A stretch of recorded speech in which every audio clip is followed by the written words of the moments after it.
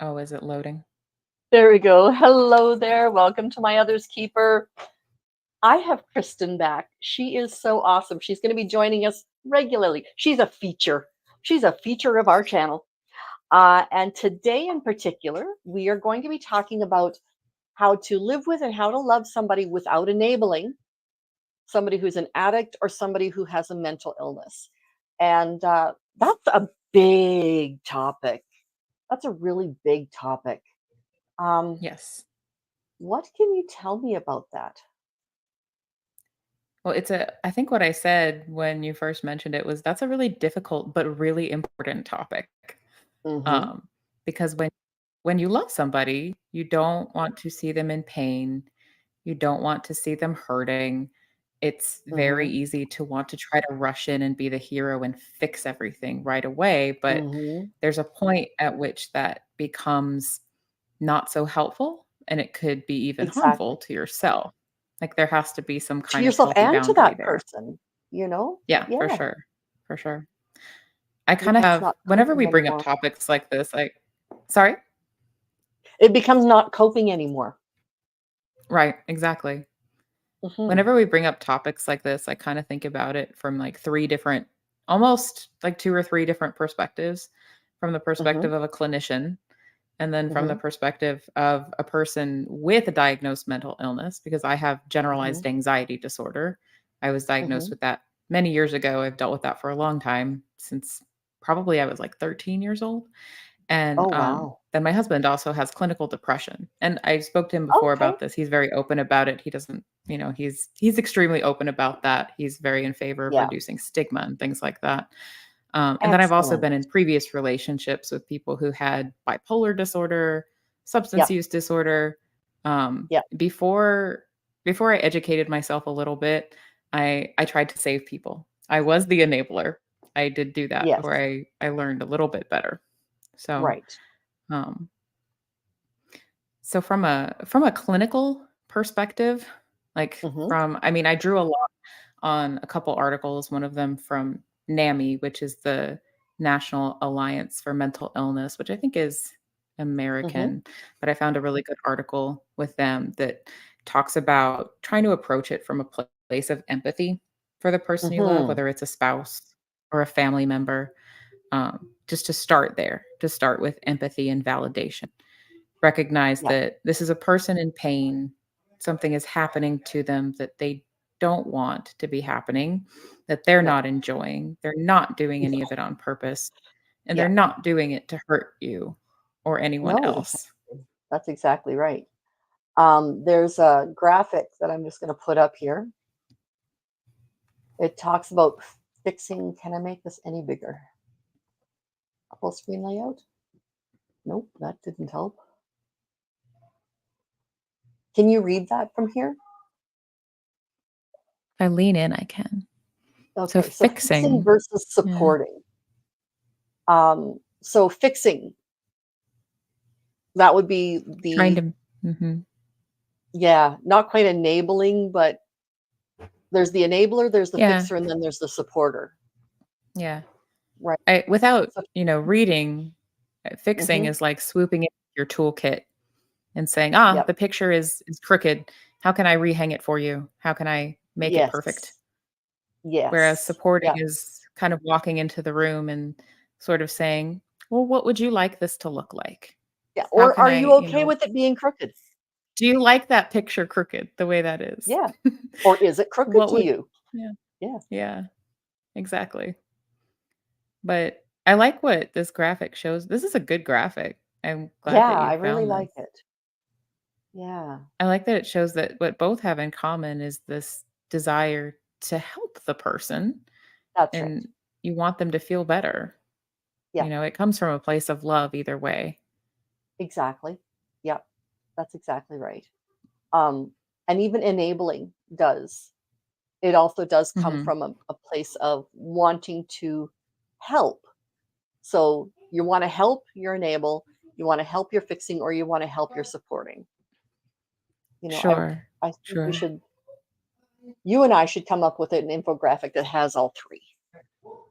I think so. I Like, think where I think does we should. helping turn into enabling. Yeah, And exactly. it's hard to define specifically because there's kind of a gray area where Mhm, one starts to meld into the other. mhm. Um, there are points at which it becomes more obvious that it's Yep, enabling. Um, yep. to use my own example, many, many years ago, I was in a relationship with someone who was very, very ill. Um, Mm, I wasn't as educated about things back then. I was much younger. I was in my early 20s. Just mhm, kind of, love vision clouded, that kind of thing. mhm, Um, but he had a severe mental illness and he mhm. also had a substance use disorder. And Ooh, he would come up short of rent every month. Right. right. And I was working full time and I had a job. So I would spot him money to pay the rent. Yeah, Now maybe the first time I did that before I knew that he also had a substance use disorder and was buying lots of yeah, drugs, maybe the first time I did it, it was helping. But right, once I knew he had a substance use disorder and I kept giving him that right. money every month anyway, that was enabling, you know? Yes. That's just Yeah, an example. absolutely. Once Yeah, it's once you know what you're doing could contribute to a person getting sicker, that's when it's enabling. And right. especially if you feel like you can't stop yourself, then Mhm, you get into this kind of codependency area too, mhm. which is a whole I that think could the be a whole show in codependency itself. I was gonna say codependency, we talked a little bit about that with Ben the other day. He, Mhm, has a major codependent streak.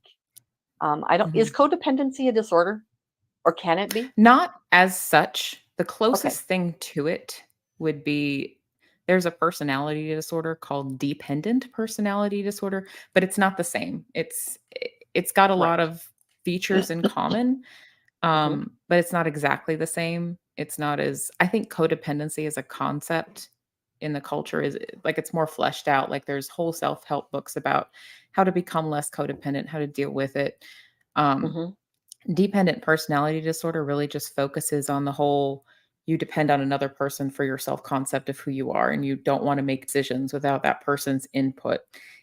Yeah, That personality disorder, as defined currently, is a little bit more focused on, like, being kind of, I guess, meek and not wanting to make decisions, yeah. where codependency could look that might not look meek at all, like, especially if No. you're feeling really passionate about jumping in and saving your person or whoever you're Mhm, codependent with. Um, mhm. so it's not a disorder per se, that's the closest thing to it. At one point, I Okay. was diagnosed with dependent personality disorder, I think around the Oh, same time I was with the person I mentioned. okay. But she said, that's the closest thing she had. She said, "It sounded like you're codependent with this person. This is the closest way we have to describe that." Um, but the So, interesting thing about dependent sorry, go on. dependent codependent, on its face sounds like you're simply depending on each other. Why is Right, that a right, by negative itself. thing?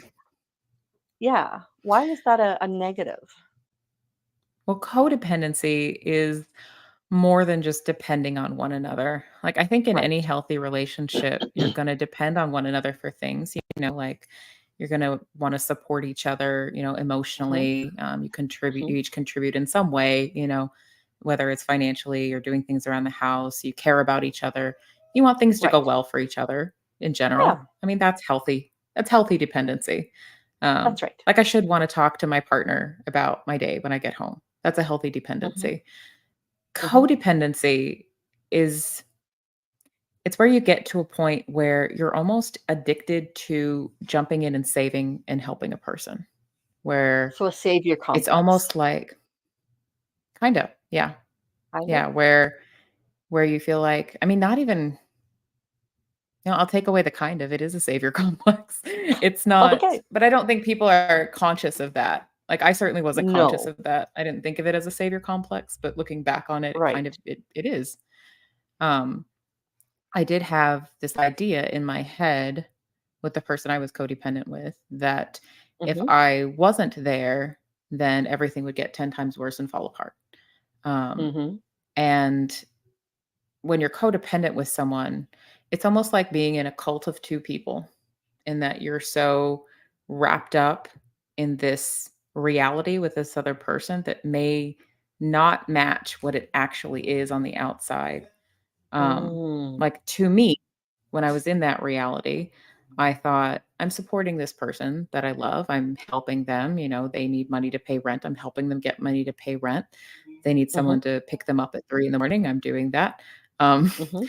but in reality, what it was is I was swooping in and rescuing every time this person may have been able to experience the natural consequence of their actions. And it was prolonging how long that person was doing those things. Um, Right. certainly, I mean, looking back on it, there are other ways to help a person without For sure. enabling, right? But when Mhm. you're codependent with a person,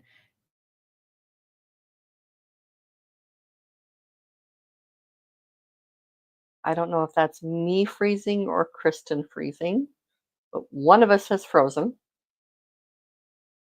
I don't know. She's gonna come back on and say that I froze. Can you guys give me a 5 by 5 if I am okay or if I have frozen? Just type that I have frozen. So let me just type in here.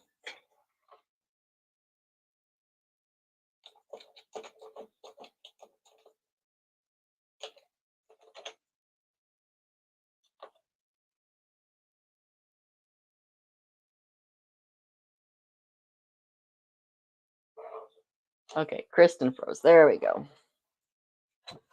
All right. So Kristen froze, which frankly is a lovely Mennonite name. For those of you who have an idea of prose phrase, cross. Anyway, all right. So I'm good. She has frozen. So today our subject though is going to be how to live with and love somebody who has a mental illness, a substance use disorder, something like that.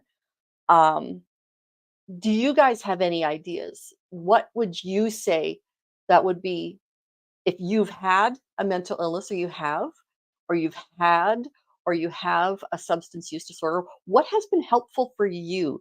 Put that in the comment for me. Hi, Kristen.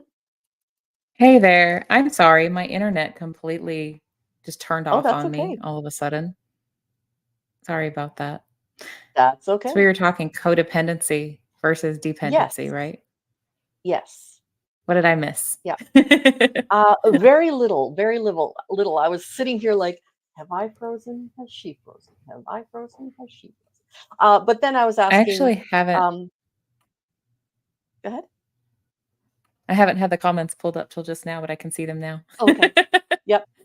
And then my question was just before you came back on was if you've had a mental illness, if you've had a substance use disorder, what has been actually helpful for people to do for you?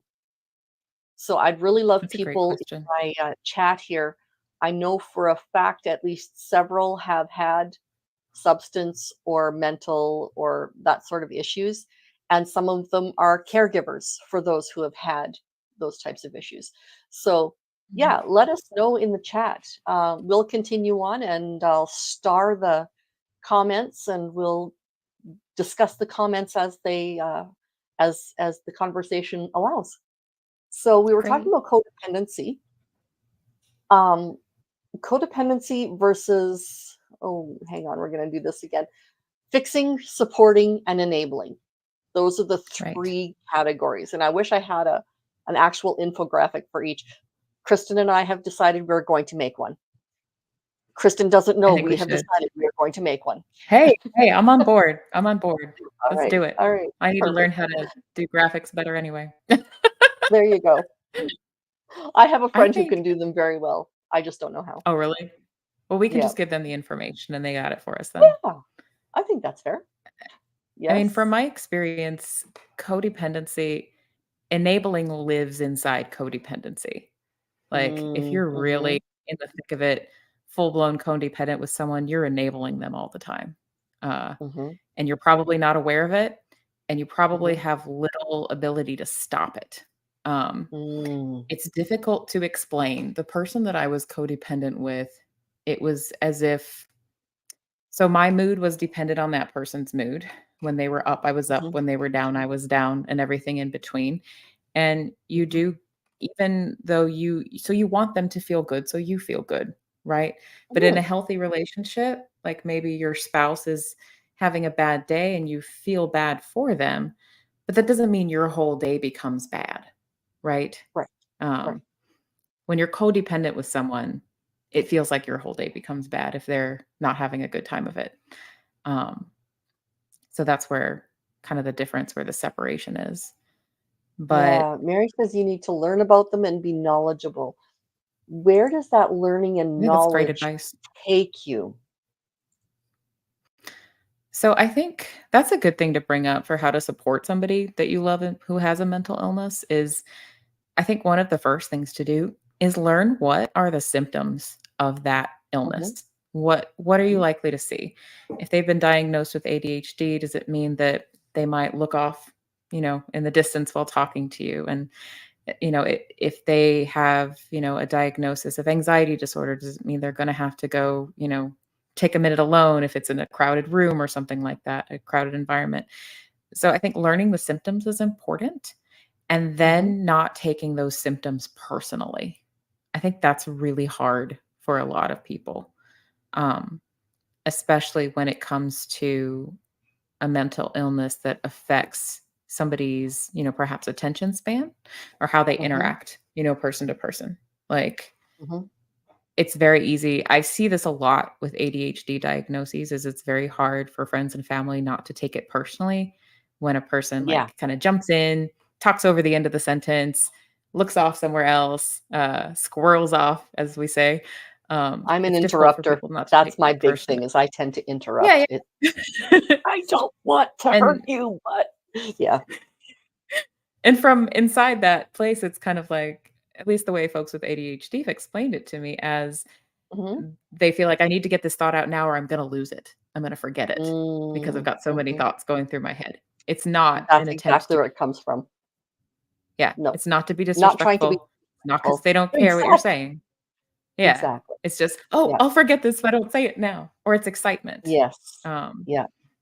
I see it a lot with autism spectrum disorders too. Like, folks with autism spectrum may not make direct eye contact a lot because they describe it as being physically painful to do so. It's just Really? not yeah, yeah, and you can see that reflected in Oh, brain scans too, like different like interesting. a person with diagnosed autism spectrum disorder, a different part of their brain is gonna light up when they make direct eye contact, and it's the part that's more associated with, like, fear or anxiety, whereas with Wow. folks who are not now this was a small study, it wasn't this isn't super But generalizable, still. but what they were able to see. And then a person who did not have that diagnosis, generally you see parts of the brain light up that have to do with, good feelings, like the dopamine, Mhm. the oxytocin, all the bonding stuff, and thing like that. The Okay. folks with autism spectrum Okay. disorder don't necessarily have that.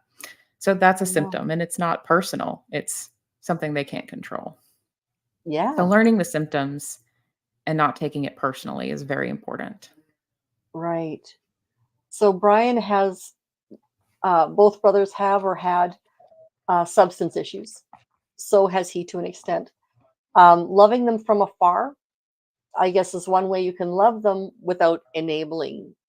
If enabling happens to be your go to, I guess, when it comes to that.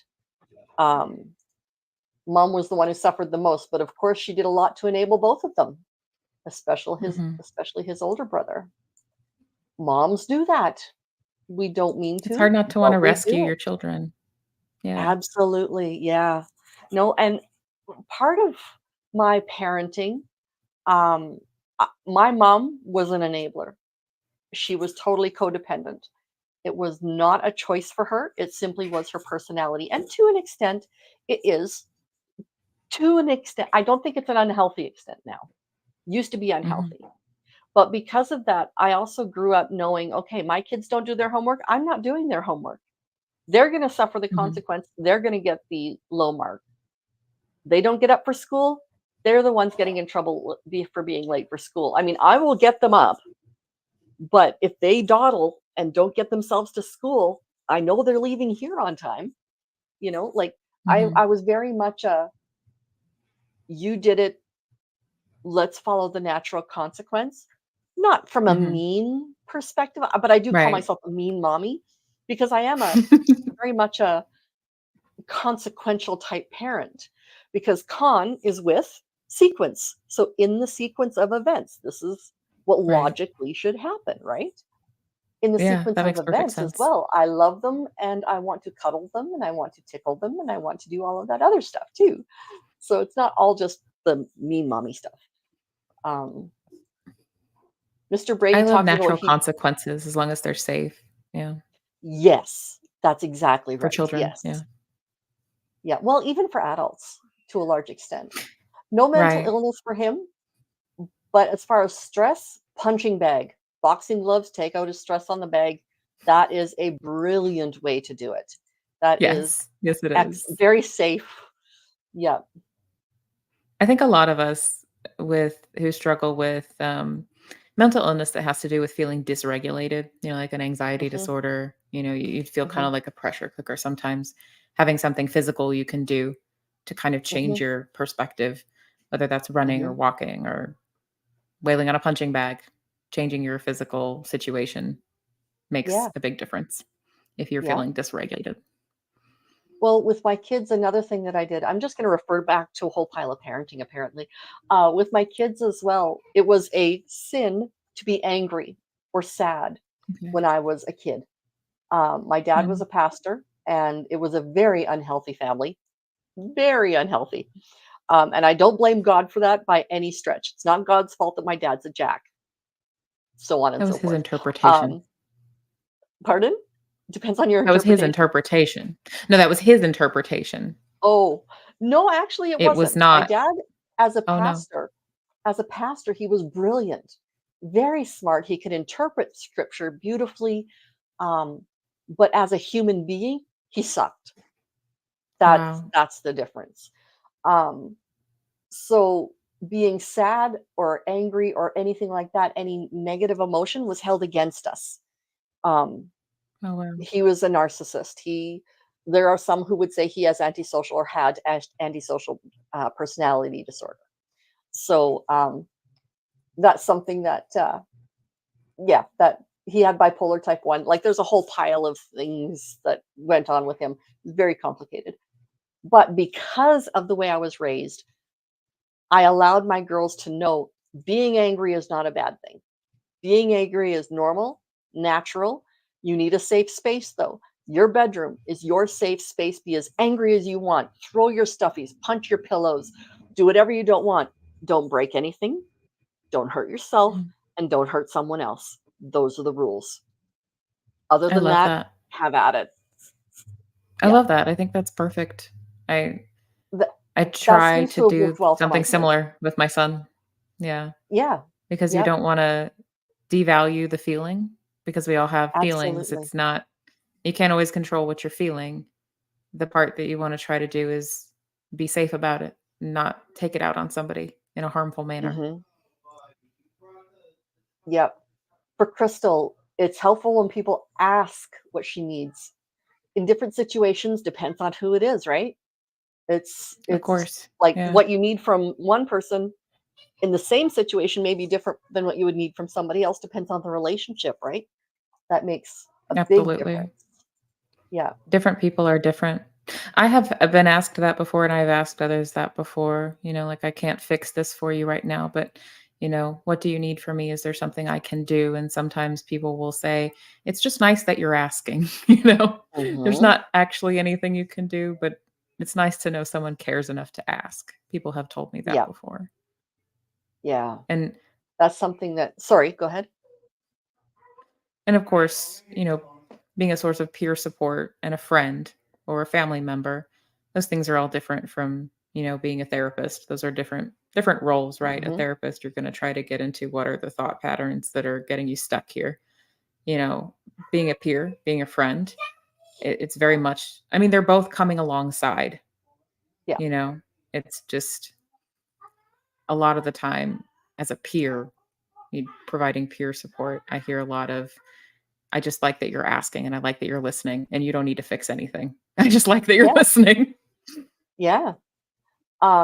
I give mental health talks on a fairly regular basis. Today was one of those days. And one of the things I talk about is um, the last time I attempted to remove myself from this mortal plane was in about grade 12. And my boyfriend at the time didn't want anything to do with my little girl high school problems because he was out playing video games with the guys. And that's what's important, like guy time is important. Video games and guy time. Hmm. Yeah. So I called a different friend, an ex boyfriend of mine, who drove from 2 towns over, broke some land speed records, and just sat. All he needed to do was sit. And that's what I needed from him. And that's all I really needed from my fiance. But there's no way, so this, like, truly, who showed me the love there, right? And Right. it's not that there was anything romantic between me and the ex boyfriend. It just was, he was there for me when I needed him. And we're even still Yeah. friends. So it's like, yeah. Anyway, so Mr. Brad talks about um, his friend has autism and help is one on one. Big crowds are a trigger. She also loves Yeah. roller coasters, so anything fun helps her out too. That's right. Yeah. And Crystal says, "Sit with me. Don't try fix me." She needs to do the work, but some support is good.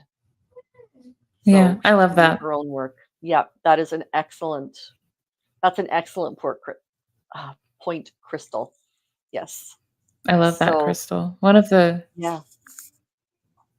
of the points that I kept coming back to also is if you do have a loved one that's like newly diagnosed or you're just learning Hmm. about it for the first time, one of the Hmm. things to try to remember is they're still the same person that you've always loved. You're still the same, they're still the same person. They just have this challenge. It doesn't Hmm. completely change your whole relationship with them. Um, Exactly. and letting go of timetables.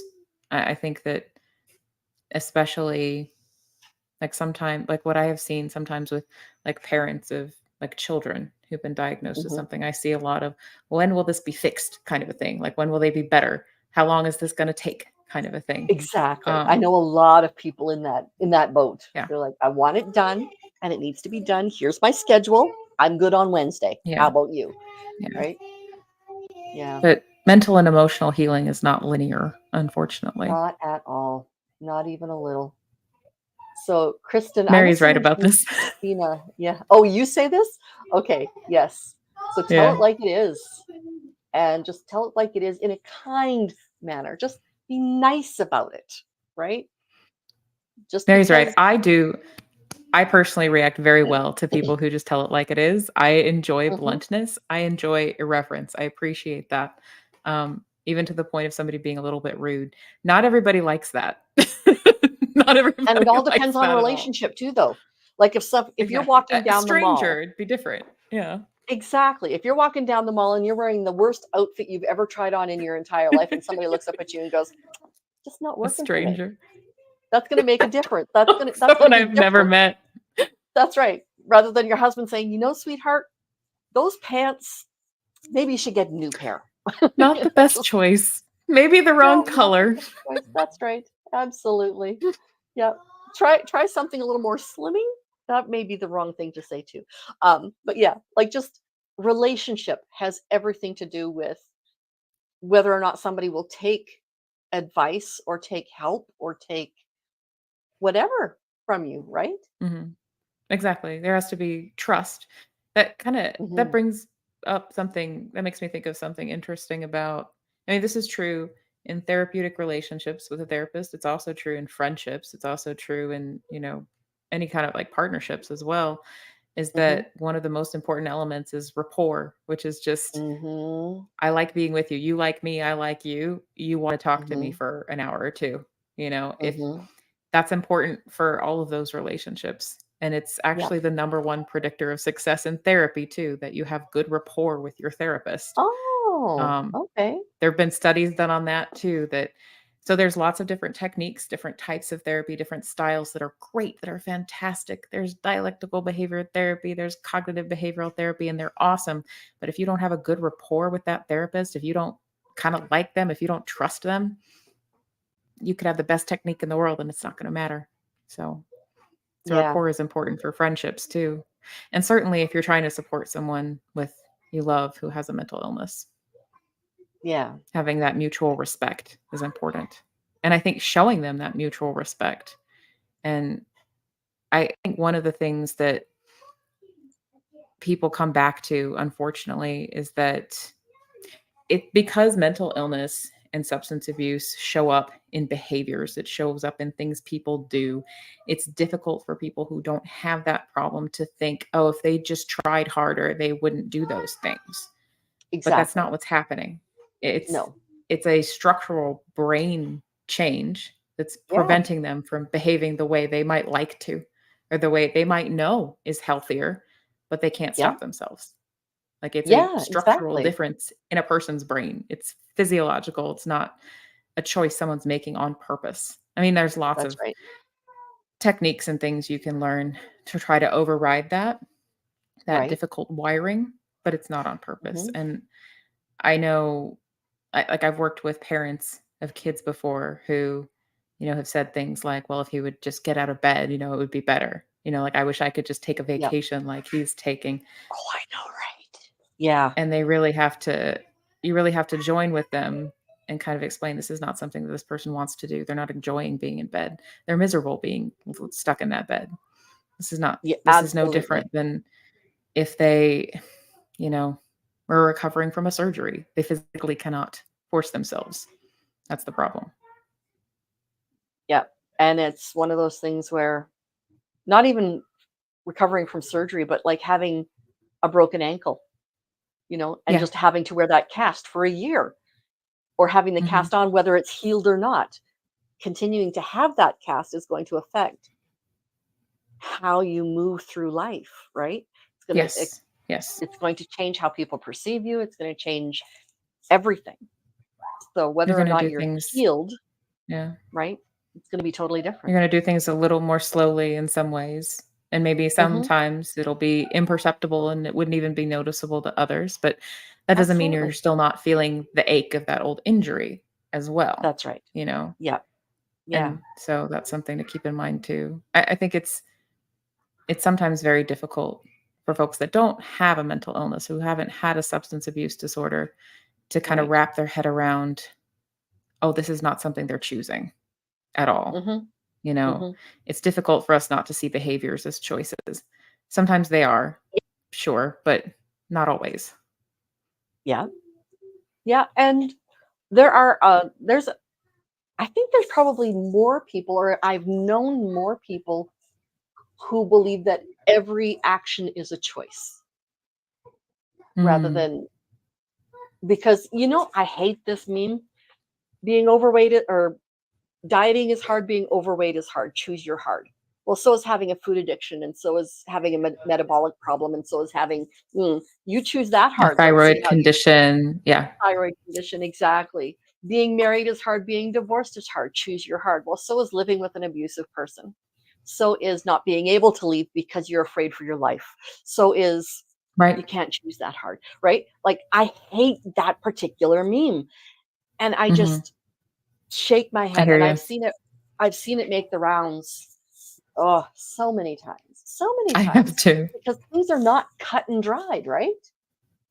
No, the So thing wouldn't life about be so much I mean, simpler? memes in general, yeah, the thing about memes True, in general is they simplify things. They distill something down to this tiniest, simplest version of it, and life is actually not simple, and especially mental illness and relationships are not simple. for sure. So, I think most things that are memeable are not gonna capture the whole picture, unfortunately. Well, yeah. No, there are some good memes out there though. I share a lot of Yeah, memes yeah, that are just hilarious. But those more are more the funny memes. Like I've said yeah, before, I don't need to be Little Miss Mary Sunshine, but I really do need to look at the positive side of things, or else I get stuck in that negative sure, mindset, and you just live with sure, stinking thinking, and that just is no good for anyone. right. Well, it sounds like that's a coping technique that you found that is really helpful for you, that Yes. works really Yeah. well for you, and sometimes what works best is different for different people, but um, looking at the flip side of something and okay, this Hmm. feels terrible in the moment, but how could this turn positive or what's the bright side to this? That can make Yeah. a huge difference in the moment. And that's what one of the ways that I was raised. Like I said, my mom was significantly codependent. My dad was significantly abusive. Um, but even in that period of time, she would say, "Well, it's not why me, it's why not me." You know, Mm, so you know, pick on me, leave the decent folk alone. Is kind of was her thing. Um, mm, and that she would say that, of course, as a joke. And then, what can I learn from this? Is the next big thing. Who can I help because I've gone through this terrible thing? And that's how I look at everything I've experienced in life. I have gone through a whole pile of crud, and I need to make a cereal called Pile O Crud. Never, maybe not. Um, so, but I've been through a whole lot, and because of that, I can have this channel, and I can say, you know what? I don't know what it's like to be in your shoes at this moment, but I do know that I can feel empathy for you. I have gone through something similar. If you want, you can talk to me and I will mhm. affirm or, you know, disaffirm or whatever what's going on. Um, Oh, Mr. sorry for your Bradboy's friend. friend just went through a divorce. Yep. Just follow your gut feeling. If it's not meant to be, don't go back. Her boyfriend wasn't abusive. She just saw red flags that made her think twice. And you know what? That that's very, very valid.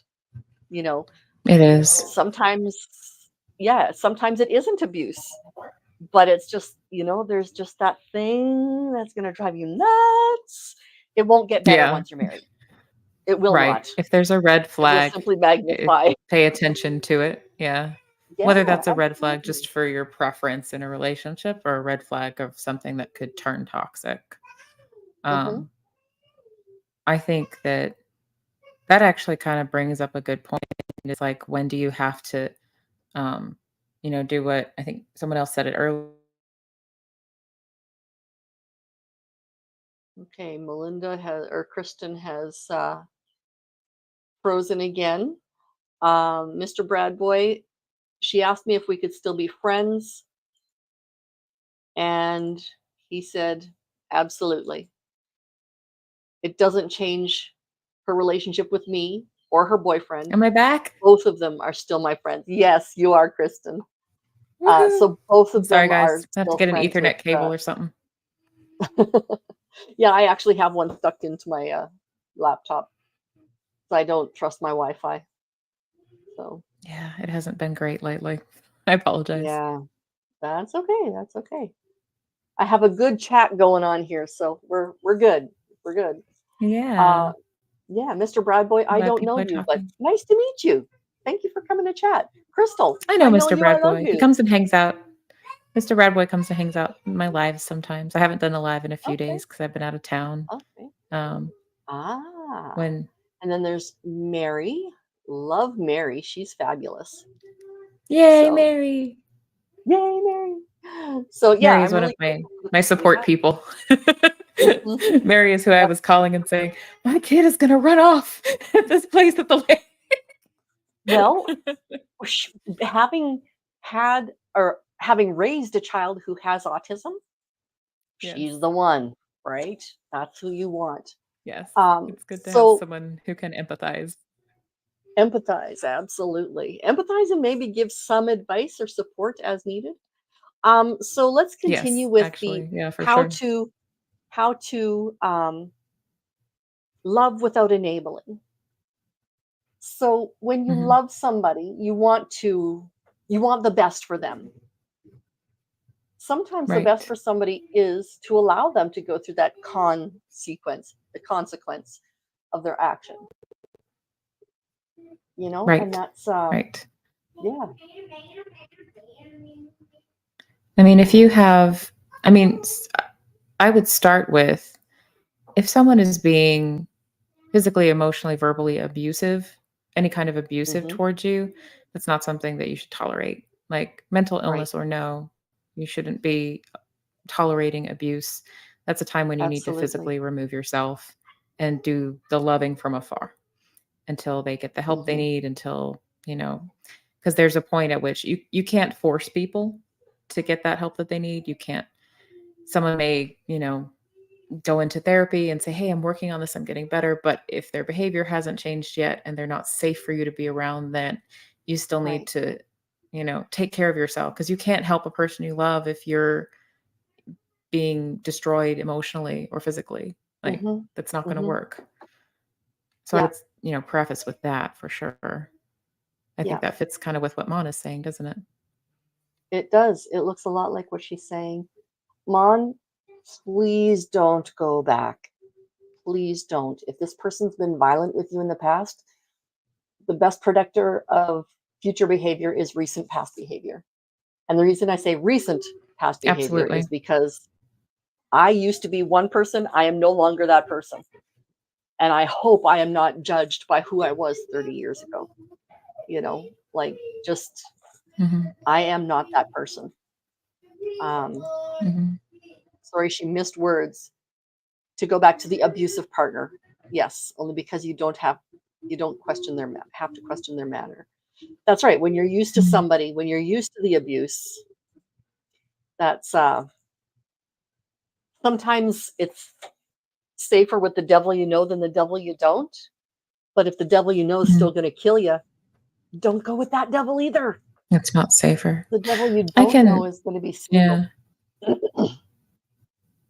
I can appreciate what Mon is saying because I was in a Hmm. relationship that did turn abusive, and Hmm. I frequently felt these mixed feelings about wanting to return because usually Hmm.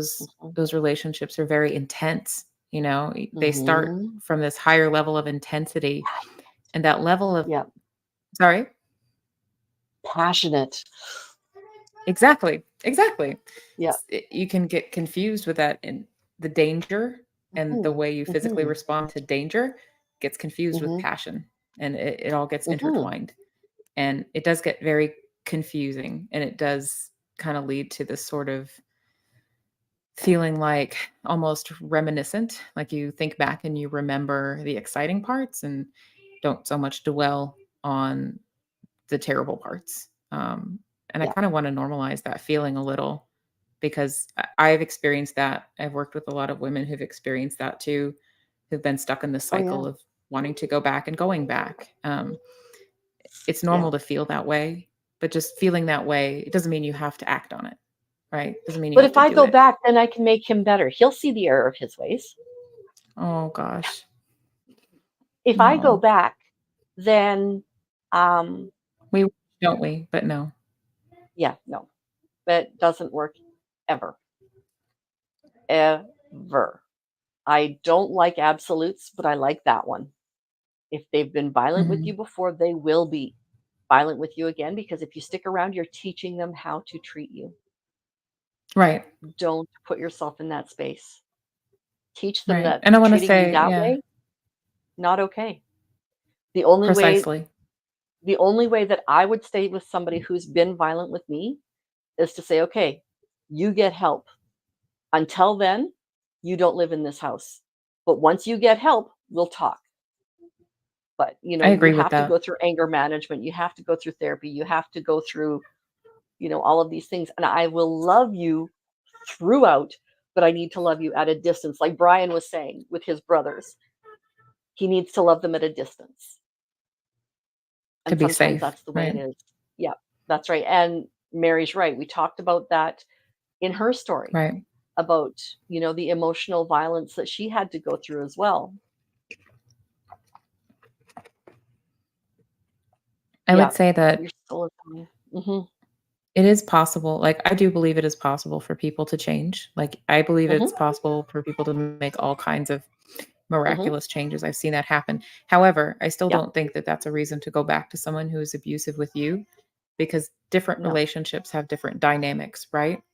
And the way I think of it is I've had a few toxic relationships in the past with people. And even if they Hmm. are now better people in another relationship, that doesn't mean if we got back together, they'd be better with me because there was something about the chemistry Yeah, or the dynamic there that was bad, that just was, you know? yeah. The And only, that wasn't like the I said, the environment only in which they could caveat I would change. have, yeah, the only caveat I would have though is if you each did some healing. Like, yeah, they would need to take anger Right. management. They would need to take therapy, but you would also need to take therapy. You would also need to take Right. how not to, and conversations like this where it's, do I enable or do I How help to know when heal? to, How to know yeah, how when to to know say when to enough set is those enough. boundaries. That's Yeah. right. Boundaries are so important. So, so important. I've had relationships. I haven't had any really close male relationships besides my husband for many, many, Mhm. many, many years. But I had a very close relationship with a woman who is no longer in my life. And she just kind of dropped out a year and a half, maybe 2 years ago now. She just Really? kind of Just gone. Yeah, I don't know ghosted? exactly what happened. Just ghosted. Yep. That's She even upsetting. moved away and didn't tell me. Like she was my That's full best ghosting. friend. Oh yeah. Oh yeah. No, she was my best friend for years, like easily a dozen years. And then just suddenly boop, gone. So yeah, That sounds really jarring and upsetting. I would be very it upset was. by that. I have to admit, yes, I was very hurt. Um, I would be too. but there was enough in that relationship. I think I had been enabling her for a very long time. So once Oh, she okay. did finally say, "You know what? I'm gone," I didn't hurt as badly as I thought I might. Um, because I saw that Band-Aid got ripped off. The fact that she's the one who ripped it off kind of ripped me off. But just Really? Yeah. yeah, I don't know exactly what her reason was for stopping the relationship, but for me, and my daughter has told me, "Mom, you stayed with her for way too long. You stayed best Mhm. friends with her for way too long." And I probably did, but I don't like to give up on people, you know? I can So, appreciate that. I have a yeah. similar, yeah. I don't like to either. Mhm. I'll hang on by my fingernails Yep. if I Yep, don't but make a point. that's right. With my dad, like I said, he was a toxic person. In 2012, I think I've told this story before. In 2012, he also had diabetes very badly, and he passed out and aspirated his own vomit. Doctors gave him less than 50% chance of survival. So my uncle phoned me and said, Oh "Hi, your gosh. dad's in a coma. Can you please come plan a funeral?" So I flew a couple provinces Wow. over to plan the funeral. And the day I got there, my dad woke up from his coma. It's like, "Here, have a relationship." Wow. I have bipolar, PTSD, generalized anxiety disorder, and there was total peace. There was total peace. If I hadn't worked on my own issues and he hadn't worked on his, there's no way it ever would have worked because he was Wow. abusive. We didn't have a close relationship, but we had a close enough relationship that I was able to be his medical person, his medical sign off person. His, I don't remember what Mhm. the name is. Anyway, I the think we call it person power that of they would attorney. call. Yeah, but no. But yeah, that Yeah. that idea. Yeah, that idea. So, yeah, it was just, you may not be able to have the same relationship with the person. Sometimes it's a better relationship, sometimes it's a more distance relationship. You don't know. So, Yeah. yeah, you have Relationships to. are tricky. It it sounds like for you, you both separately did work on whatever you Yes. needed to heal from, Yeah, and you were able absolutely. to meet each other where you were at as the people you were then after doing that work. Yes. Yep. He didn't have I a think lot of that's choice key. with his healing in that he was now living in a care home and they gave him his drugs, so he had to take his Right. medication. Whereas, yeah, he didn't really go through a lot of therapy, but he was at least Mhm. medicated, and that helped a whole lot. Sure. With So bipolar his type mood 1, was stabilized, his yeah. mood was much better, his impulsivity was much better. Um, there was a lot of things that were significantly better. Um, he could have dealt with a whole pile more therapy, but I mean, who couldn't, right? Mhm. So, yeah. Anyway. It's interesting you bring that up, like, the one of the relationships that I think back to, and I think back to, my experiences of being enabling, and the person did have bipolar disorder type Mhm, 1, and mhm, I just wasn't that educated, and I hadn't had a lot of life experience. I just mhm. kind of did what came naturally to me at the time, which turned out what came naturally was to enable and become codependent because that was what I Yes. needed to work on. Um, Yes, that's one right. of actually, my therapist many years ago said that ideally therapists are recovered codependents. Like you kind of have that streak of really wanting to be there for the person and join with them, but you've Yes. gotten to the point and healed enough where you know where you end and they begin, where you can separate yourself Yes. healthily. Yep. I think that's Yeah. kind of the hallmark of codependency versus supporting, is that you lose track of where Mm. you end and they begin, and everything gets Mhm. confusing and blurry. Mhm. Yeah. Yeah. That's in some ways, codependency makes for a very healthy marriage or healthy intimate relationship. Um, I mean, you're very but not concerned about the other person's feelings. exactly. You're very concerned about their feelings. You're very concerned for their welfare. You're very concerned for their happiness. When it's healthy, they're just as concerned for yours. It's not just a Right. one-way street, which is where Right. you're going to be with certain addicts, certain people with mental illnesses, Mhm. certain personality types, right? So, Right. if you were to give somebody a top 3 of what to do Mm. or what to look, let's start with a what to look for in a relationship with somebody who has a mental illness or addiction disorder. What would be the top Mm. 3 red flags that you would ask somebody to look for? To make sure you're not enabling versus supporting? Is that how you Yes. mean? Yes. So I would say, 1, can you separate your mood from theirs? I think that's very Mm. important. If they have a bad day, can you join with them and say, "Wow, I feel for them and I feel for them and I'm sad that they had a bad day, but I still had this really good thing that happened to me. I still got a promotion at work that I'm still happy about." Can you Mhm. separate your emotions from theirs? Uh, Mhm.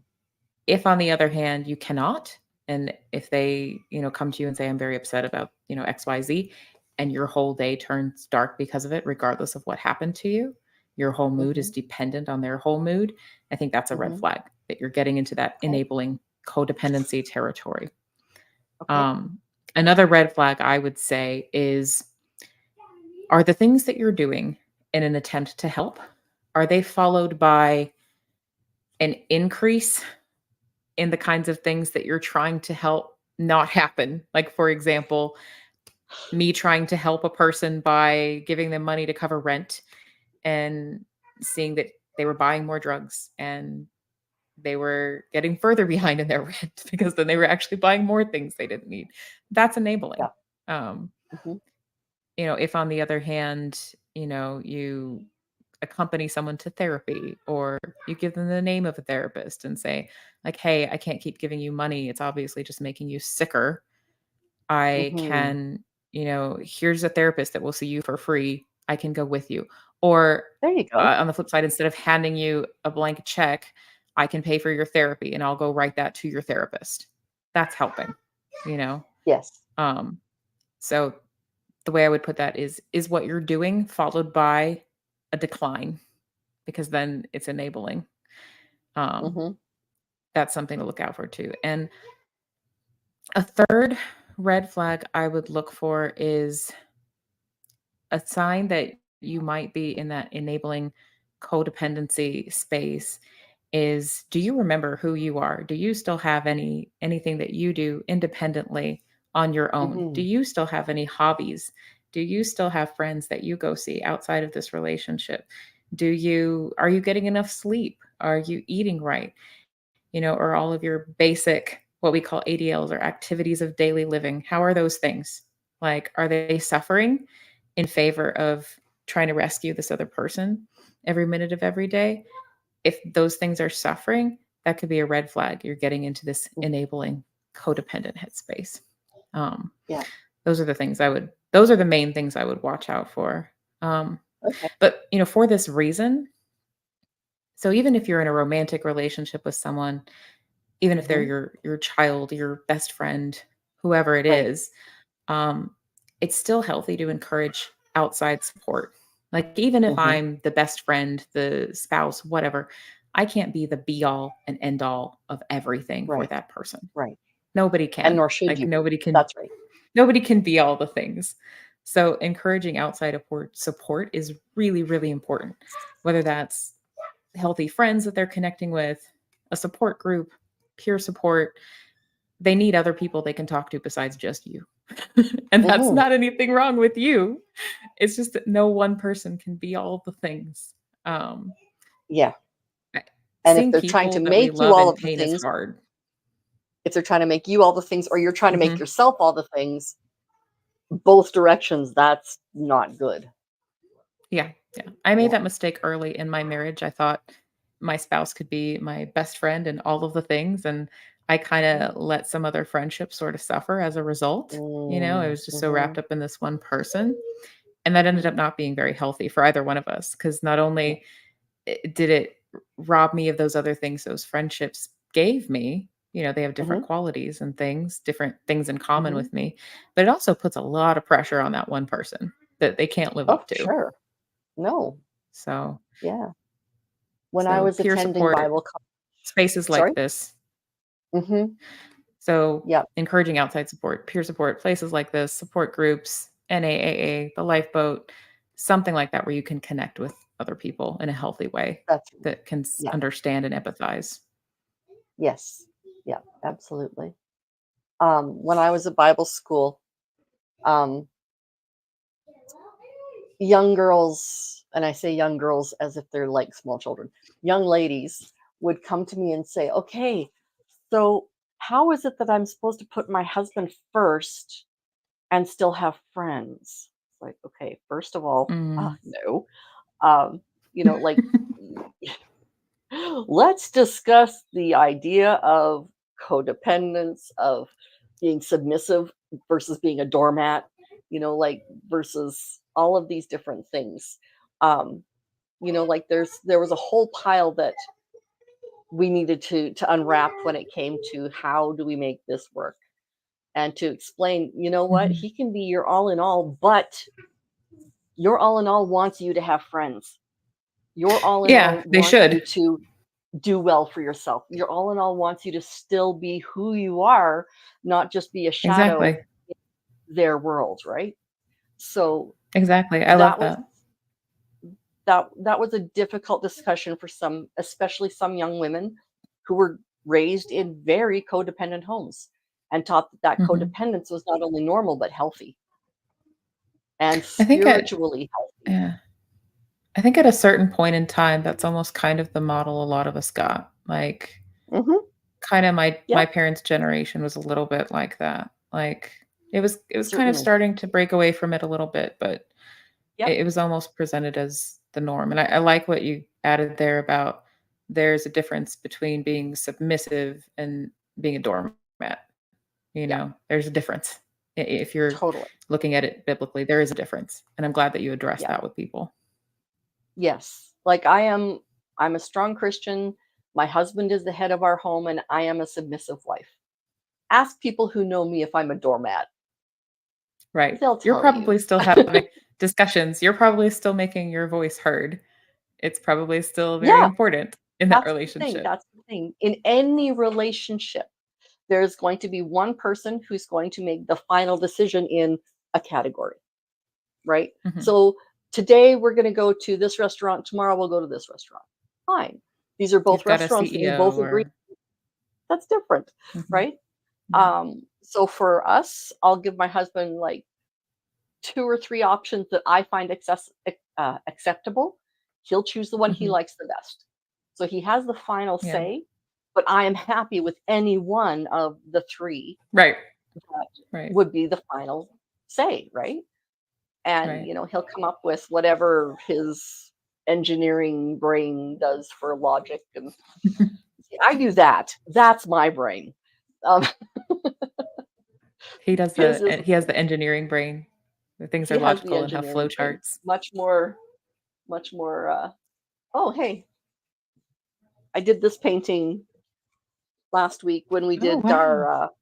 when we did our, discussion on how art helped my mental health, how it Oh, helped that's me to beautiful. improve. So that's the painting I did. Um,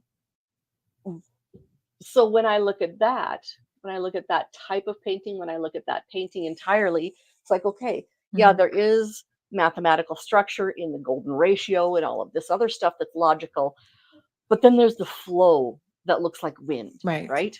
I am the Right. wind beneath his wings because otherwise I love he's just a it. pile of feathers.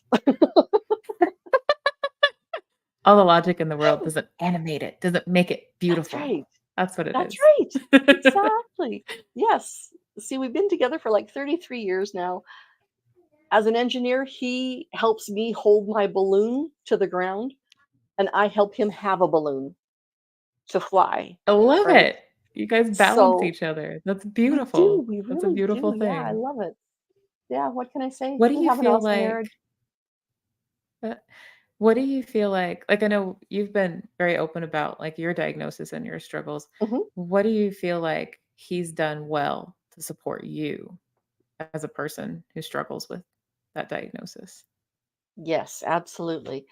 Um, Before I was diagnosed, we had, I would say, an unhealthy codependent type relationship with each other. We both kind of got Sure. lost in each other. And how that ended up sorting out was, my younger daughter was 11 months old, so later than postpartum normally sets in. And I had another Mhm. terrible, huge, huge depression. I knew that that type of depression had led me to very uh, final thoughts. And I knew I couldn't go there because Mhm. my girls needed a mom, my husband needed a wife, and Mhm. I needed to be that person because I love them all so much. So I decided, okay, I need to go to therapy. And he's like, no, if we love each other enough, you can trust me. You can talk to me Mhm. and I can help you through this. And I knew that wasn't right. So I went to a therapist. I disobeyed my husband, um, which at the time was really big, was really a big, Mhm. big choice that I made. But once he saw the difference that medication, therapy, and specific mental health type beneficial actions took, he became my number Mhm. one advocate for medical psychiatric help. He actually wanted to send my psychiatrist flowers. Just it was Oh. the fact that he was so on board. Like if I'm having a rough time, he's like, Kim, did you take your meds today? Yes, I did. Okay. So now let's look at what else it could be. So like just hola Maritza. So yeah, it's just one of Okay. those things where he is supportive in general. He is just supportive. Yeah. Um, So he struggled with Not the something concept of seeking mental health care in the beginning, but once he he saw the did. difference it made for you, he got behind you 100%, and he Absolutely. Yeah. And that's one of the that's when it was in 2015 when I had a major nervous breakdown, I spent 18 Mhm. to 20 hours a day in bed for almost a full year. He didn't try to kick my butt to get out of bed. He didn't try to bolster me up. He just said, "Okay, honey, when you didn't can, try to force you. get out of bed." Yeah, he didn't try to force me. Where some people would say that that might have been enabling, but that's where I needed to be at that point. Like I was Yeah. literally he'd say, "Okay, come to the living room." So I'd go to the living room and within 5 minutes I'd be asleep on the couch. So I But you literally moved just needed to rooms. shut You down. I moved activated a rooms. little. That's Yeah. right. And That's right. that may seem tiny, but it's huge if you Yeah. can't even get out of the bed, Oh, you absolutely. know? And something my first psychologist, the guy who diagnosed me at the beginning, something he told me that is a tool that I give a lot of people is, okay, you're in a depression, watch something funny. Don't try to read it because then you have to think too much. Watch Yeah. something funny. Just obscenely, not obscene, but like just totally beyond stupid Just funny. silly. Not a Yeah. drama, not a rom-com, just funny. And he Waterboy or said, something "You like that. The Waterboy, RV, Yeah. Mr. Bean is excellent." Um, Yeah. you just because it's just inherently funny. And he said, "You will not laugh. I can guarantee you're not going to laugh, but the chemicals in your brain are going to start changing." And so Mhm. that's what I tell people. Do something like put something objectively beautiful around you. So for me, I find these things objectively Painting, beautiful. yeah. So I keep them, Yeah. yeah. But I get bored at an art gallery. So Yeah. maybe I'm just more self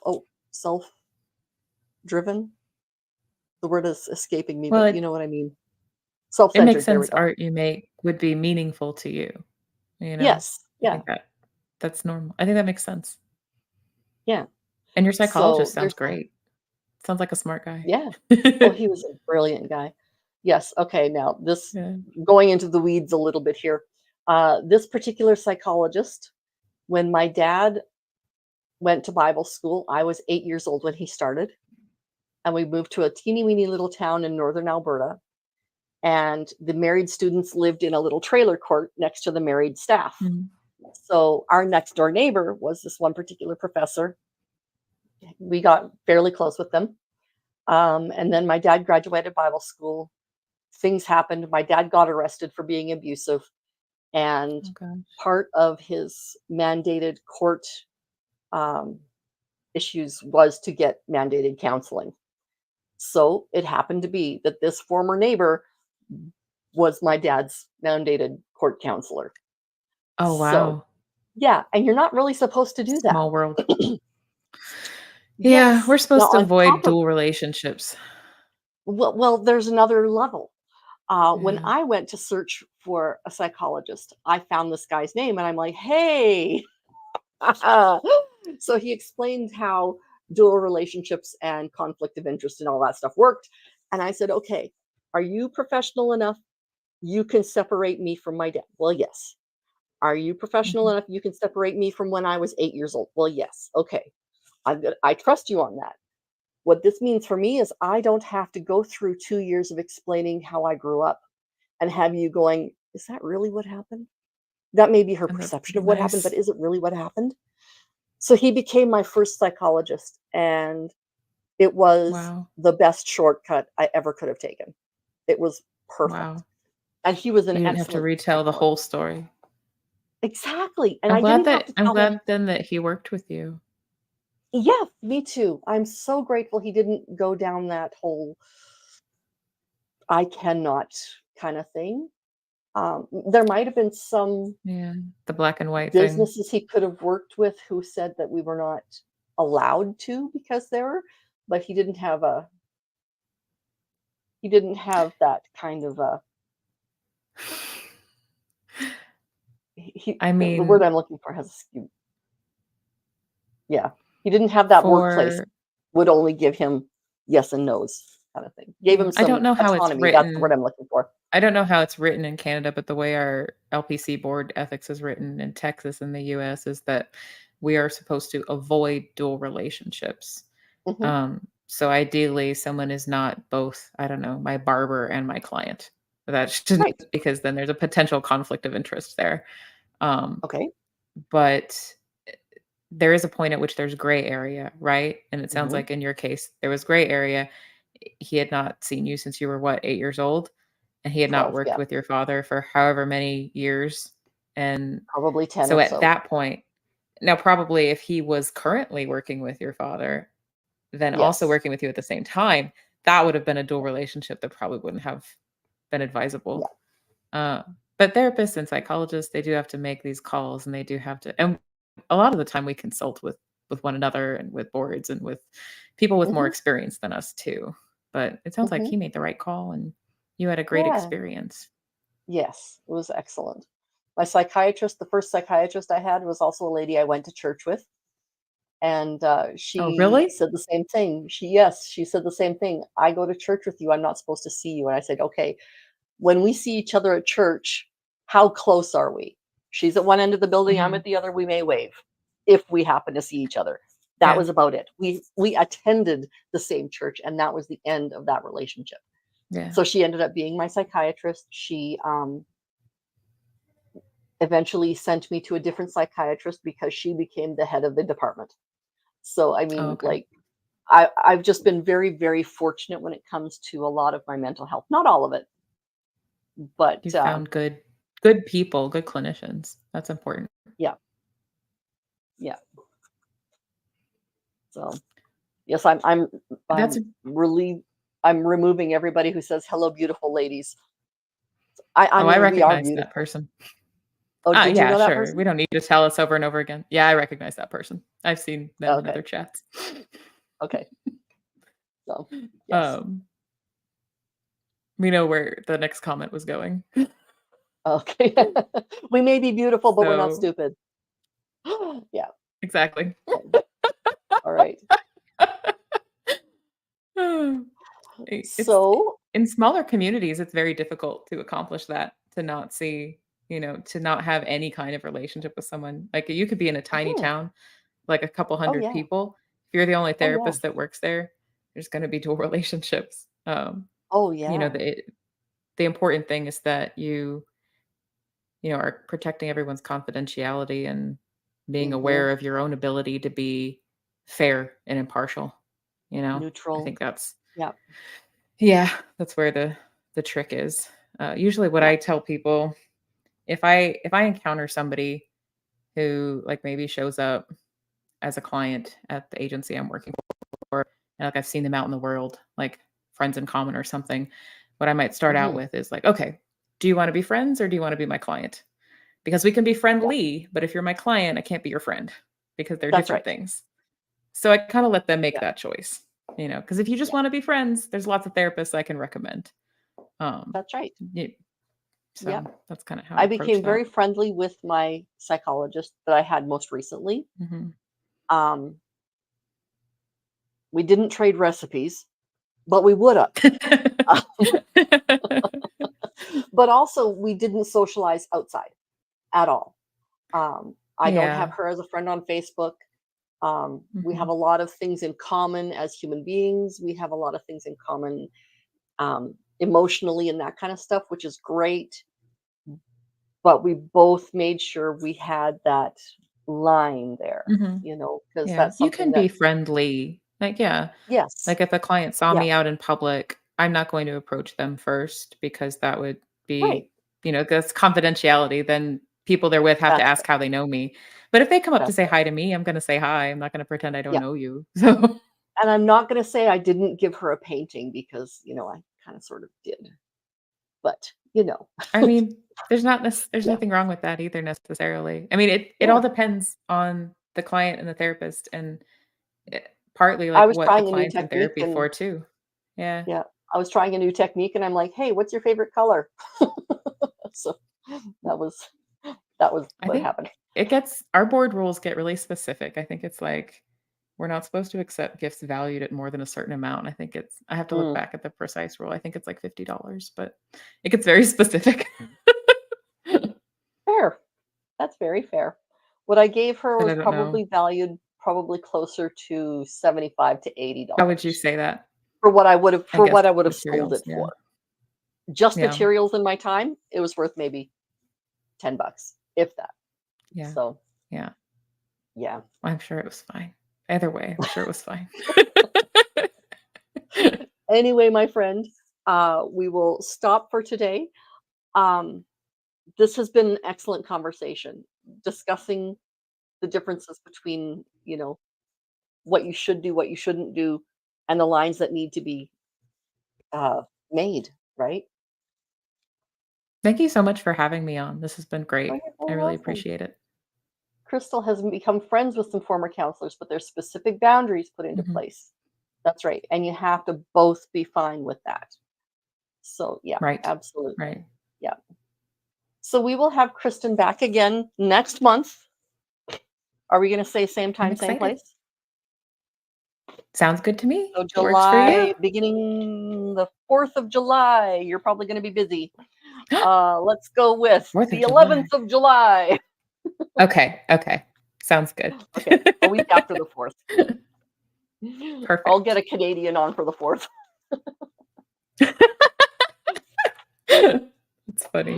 Alrighty. Well, thank you very much. Thank you, everybody, for being in the chat. Great questions, great comments. I really appreciate it. Have an awesome Yeah. day, Thanks and we for will see you everyone again. for engaging. Yes, we'll see you again tomorrow for game day, 3 o'clock Mountain Yay! Time, so 2 o'clock Pacific Time. Have a I great might be day. able Bye to make that bye. one if they cut off my work computer. Okay, there you go.